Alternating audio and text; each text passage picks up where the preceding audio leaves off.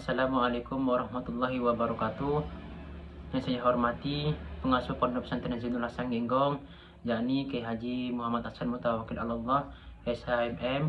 Yang saya hormati Bapak Rektor Universitas Islam Zainul Hasan Genggong, yakni Bapak Rektor Bapak Abdul Aziz Wahab, BAMAG.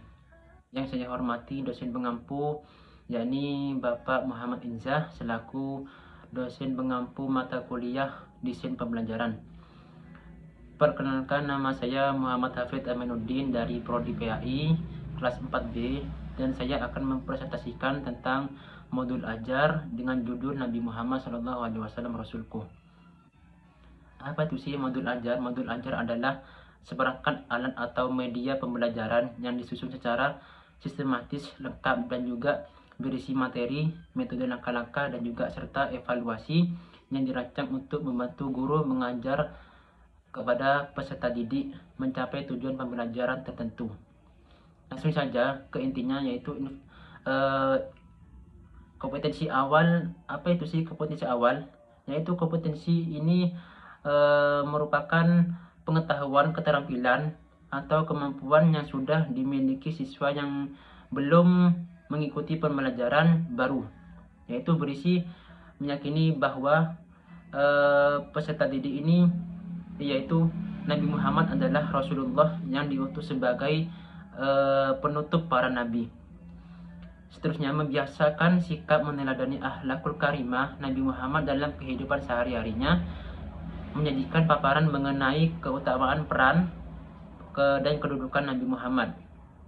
Seterusnya yaitu sarana dan prasarana yang terkaitkan, yaitu papan tulis, lembar kerja, dan juga buku paket yang ingin dipelajari tentang Nabi Muhammad SAW Rasulku.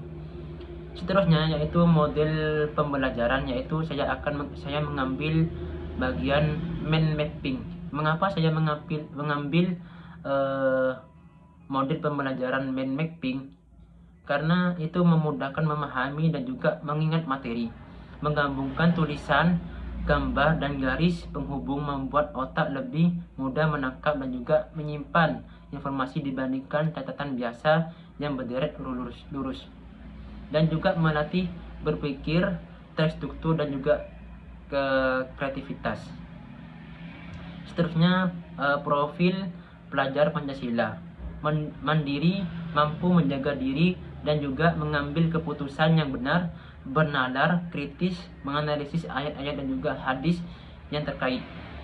Seterusnya target peserta didik reguler kelas 1 dengan kemampuan yang mengikuti pembelajaran secara klasikal dan sesuai dengan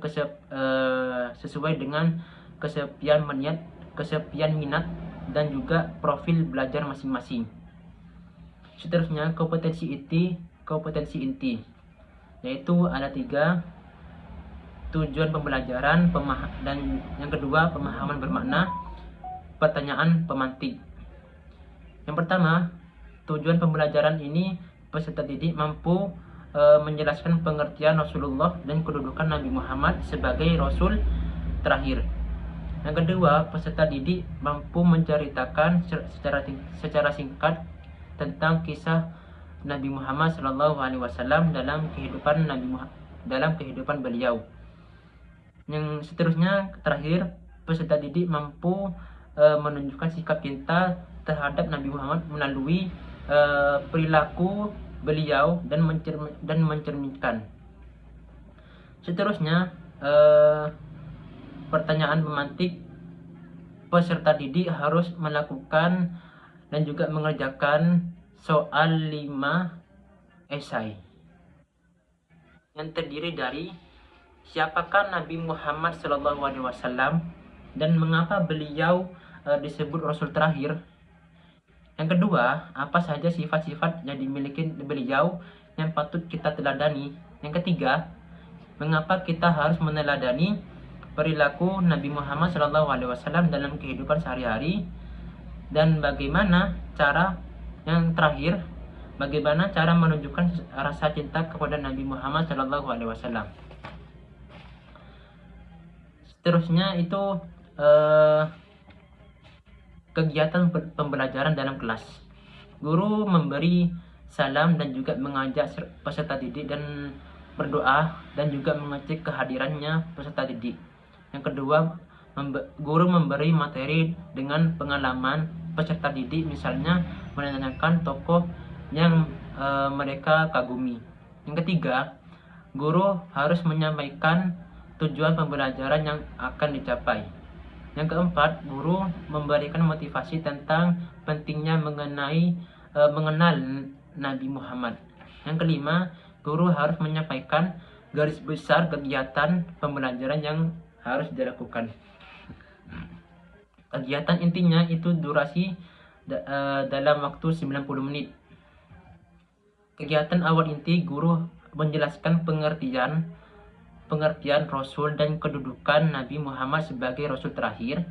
Yang kedua, kegiatan inti, peserta didik membaca atau mendengarkan tentang secara singkat kehidupan beliau. Yang ketiga, kegiatan inti, guru memberikan penguatan terhadap hasil diskusi peserta didik. Seterusnya, yaitu penilaian sikap atau asesmen dan penilaian. Saya mencintai Nabi Muhammad dengan mengikuti ajaran-ajaran beliau dan teladan dalam kehidupan sehari-harinya beliau. Seterusnya, saya berusaha menjadi yang amanah, dapat dipercaya dalam menjalankan tugas.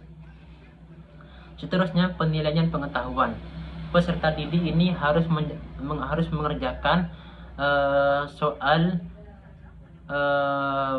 pilihan ganda 10 dan juga esai 5 pertanyaan.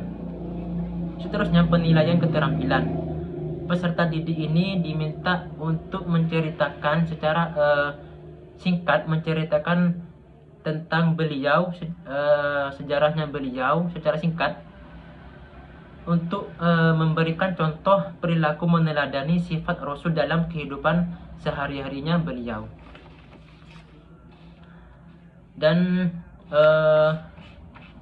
refleksi guru ini, apakah pemilihan pembelajaran gambar dan video ini, kisah Nabi Muhammad, sudah efektif dalam menarik minat siswa?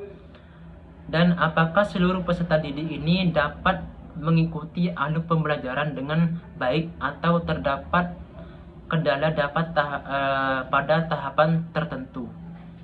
Dan seterusnya, sejauh mana peserta didik ini menunjukkan keteladanan terhadap sifat-sifat Nabi Muhammad SAW selama proses pembelajaran di kelas.